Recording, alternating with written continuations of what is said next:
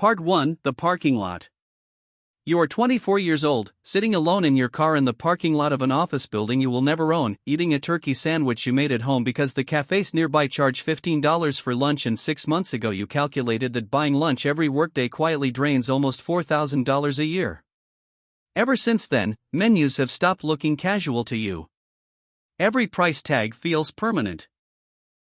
You work in expense processing for a regional freight company in Columbus, Ohio. The job sounds dull because it is dull. You review invoices. You compare numbers in spreadsheets. You send carefully polite emails to companies waiting to be paid and companies that still owe payment. Then you repeat the process the next morning. Your salary is $53,000 a year. After taxes, insurance, and the retirement deduction you set to 6% because HR called it the smart minimum, your monthly take-home pay lands around $3,000. Your rent is $1,120. Your car payment is $315. Student loans take another $290. By the time groceries, utilities, gas, your phone bill, the gym membership you barely use, and the streaming subscriptions you keep forgetting to cancel are accounted for, you usually finish the month with somewhere between $400 and $600 left over. That amount does not feel life-changing. It feels temporary. Fragile. Like money that disappears before it becomes anything meaningful. You have a coworker named Marcus. He is 31. He drives the same kind of practical sedan everyone else drives. He wears plain clothes. Brings lunch in plastic containers. Nothing about him suggests wealth, success, or hidden brilliance. Then one afternoon, while the two of you are walking back from a meeting, he casually mentions that his investment account recently crossed $420,000. You actually stop walking. He has worked at the company for 7 years. Same general salary range as you. No family money. No lucky startup exit. No viral business idea. Just a number he reached by repeating something boring long enough for the math to finally lean in his direction instead of against it. You ask him how he did it. Marcus shrugs slightly and stays quiet for a second, like the answer feels too ordinary to matter. I just kept living on the same budget after every raise, he says. That sentence follows you for the rest of the day. The sandwich in the parking lot. The few $100s left every month. The number that never felt like the beginning of anything. Maybe it was. Part 2: The Spreadsheet. That night, you open a spreadsheet. Not a budgeting app. Not a finance podcast. Not a book with a dramatic subtitle about escaping the rat race. Just a spreadsheet. Because spreadsheets do not try to motivate you. They do not sell optimism. They simply show you what is there. You list every dollar you earn. Then every dollar you spend. You force yourself to look at the categories honestly, which turns out to be harder than expected because numbers reveal habits you have been carefully avoiding. $196 a month on food delivery. $92 on subscriptions you barely remembered signing up for. Nearly $360 over the last few months labeled under miscellaneous, which is really just another word for spending you did not want to examine too closely. The total is not disastrous. That matters. You are not collapsing financially. You are leaking slowly, small amounts, repeated consistently, disappearing so quietly you never notice until you zoom out far enough to see where entire years went. You make 3 decisions that night. The first, increase your 401k contribution from 6% to 15%. Your paycheck will shrink by about $180 each month, but you know something now that you did not fully understand before: money removed before you see it feels different from money you choose to spend. Automatic deductions are silent. That silence matters. The second decision, open a Roth IRA and contribute $500 every month into a total market index fund. No stock picking. No crypto speculation. No chasing trends online. Someone in a comment section had recommended a fund that quietly owns a tiny piece of nearly every publicly traded company in America, and by then you had already read enough to understand something most people spend decades resisting, which is that almost nobody consistently beats the market over 30 years, and the people who try usually end up paying higher fees and more taxes for the experience of underperforming it. The third decision you make is that you will not touch those accounts. Not for a vacation. Not for a newer car. Not because the market falls 18% one year and every headline suddenly sounds like a warning siren. You will not touch them because the entire point is time, and time only works if you leave it alone long enough to become visible. You make a fourth decision too, though this one feels smaller and somehow harder. You stop ordering delivery completely. Not because $190 a month alone determines whether someone becomes wealthy or broke, but because the spreadsheet revealed something the individual purchases never did, which is that money moves in directions whether you are paying attention or not. Small amounts repeated consistently are still compound interest. Just pointed the wrong way. You cancel 4 subscriptions. You keep 2 because you actually use them and because this is not about punishment. You are not trying to live like someone denying themselves every comfort. You are trying to live like someone operating on purpose. There is a difference. A person denying themselves everything eventually burns out. A person removing waste creates room. One approach becomes suffering. The other becomes stability. None of these decisions feel dramatic. There is no cinematic breakthrough moment. No inspirational soundtrack. No version of the story where your entire life transforms overnight. You change a percentage on a payroll form. You open an investment account online. You schedule an automatic transfer. The entire process takes less than an hour. That is the detail nobody talks about. The mechanism itself is painfully ordinary. The outcomes are what become extraordinary later. Afterward, you close the spreadsheet and make coffee in your kitchen. The apartment looks the same. The evening feels the same. Your life appears completely unchanged. And yet something fundamental has shifted. Because your money finally has instructions. Part 3, the raise. 14 months later you get a raise. 4%. Your salary moves from $53,000 to just over $55,000 a year. The normal thing to do with a raise is to absorb it into your lifestyle without noticing. A slightly nicer apartment. A newer car. More dinners out. Upgrades so gradual they begin to feel deserved almost immediately. Lifestyle inflation is rarely reckless on purpose. It is simply the natural direction people drift when nobody interrupts the drift. Moving another direction requires intention, and intention is exhausting at first because nobody around you treats it as normal. You make the decision anyway. You increase your retirement contribution by another 2%.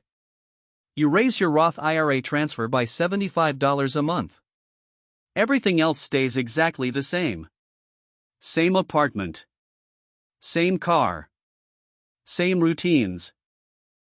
The raise disappears directly into your future before your present self can expand to consume it.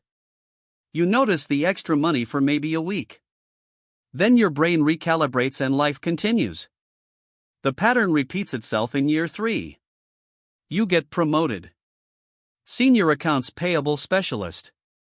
The title still sounds unimpressive, which oddly makes you trust it more.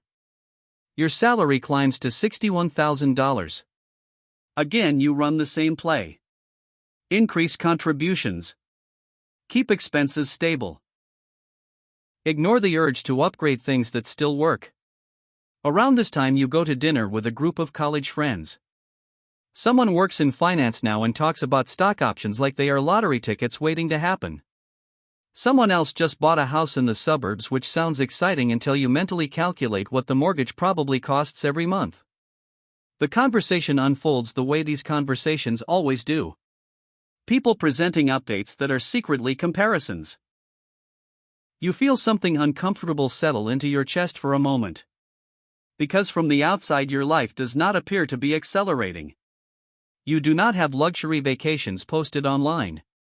You do not have a downtown high-rise apartment. You do not have visible proof that things are improving.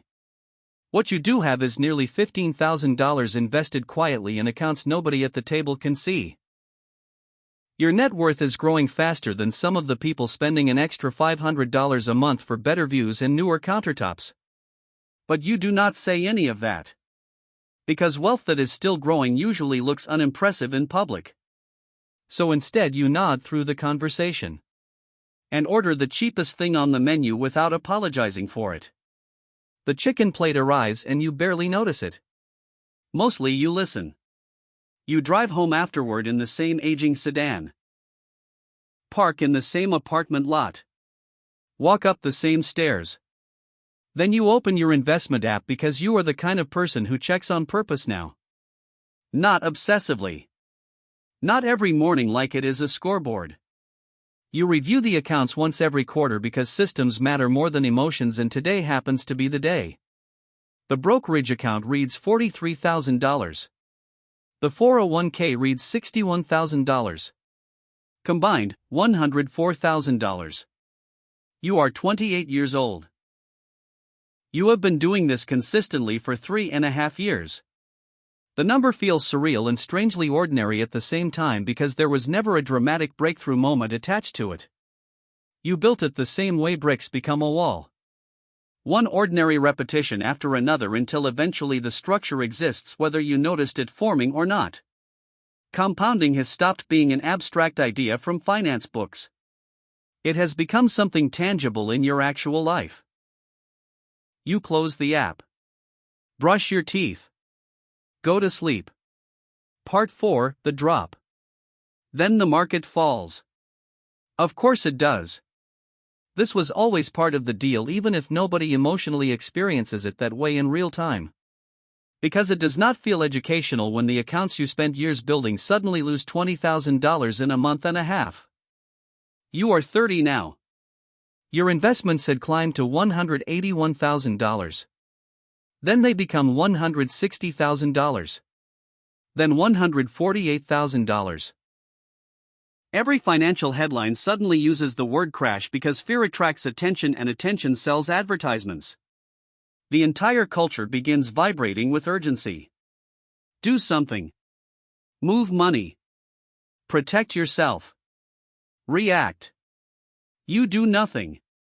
This becomes the hardest section of the entire story. Harder than budgeting. Harder than keeping the same apartment while friends upgrade theirs. Harder than quietly building a future nobody else can see yet.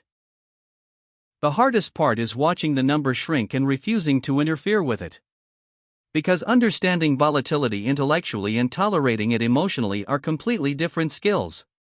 You know selling would turn temporary declines into permanent losses. But your nervous system still interprets the falling numbers as danger anyway. So one night you call Marcus. He has already lived through multiple downturns. He answers immediately. Are you still contributing? He asks. Yeah. Then you're buying more shares cheaper. That's all this is. You sit quietly after that. Because the sentence sounds almost offensively calm compared to the panic everywhere else. And yet the logic holds. You continue contributing. Eventually the market recovers like it historically always has before. Not because recovery is guaranteed. Nobody honest can promise that. But because you made peace years ago with trusting long-term historical behavior more than your own ability to predict short-term chaos. Especially when professionals with billion-dollar firms and entire floors of analysts consistently fail to time markets correctly themselves. 14 months after the bottom, your combined accounts reach $223,000. You are 32. Something changes at this level. Not externally. Internally. The base has grown large enough that percentages begin producing noticeable amounts of money. 7% growth on $10,000 is $700. 7% growth on $223,000 is over $15,000. 0.07 times 223,000 is equal to 156,100.07 backslash times 223000 equals 156,100.07 times 223,000 is equal to 15,610. You did not physically labor for that $15,000. You did not trade extra hours for it. It appeared because capital invested in productive businesses tends to expand over time and because you finally gave the process enough years to matter. That is the entire secret. Everything else is mostly decoration around it. Part 5, the conversation you did not expect. Your younger brother calls one Sunday afternoon. He is 26 now. Good job at a healthcare company in Phoenix. Steady income. Starting to think seriously about money for the first time. He asks where to begin with investing. So you explain it. The employer match. The Roth IRA. The low-cost index fund. The automatic monthly transfers. Then the most important rule. You leave it alone. Especially when the market drops. Especially then. He stays quiet for a moment. That's it, he asks. That's it. It sounds too simple. You think about the question before answering because he is right. It is simple. And also incredibly difficult.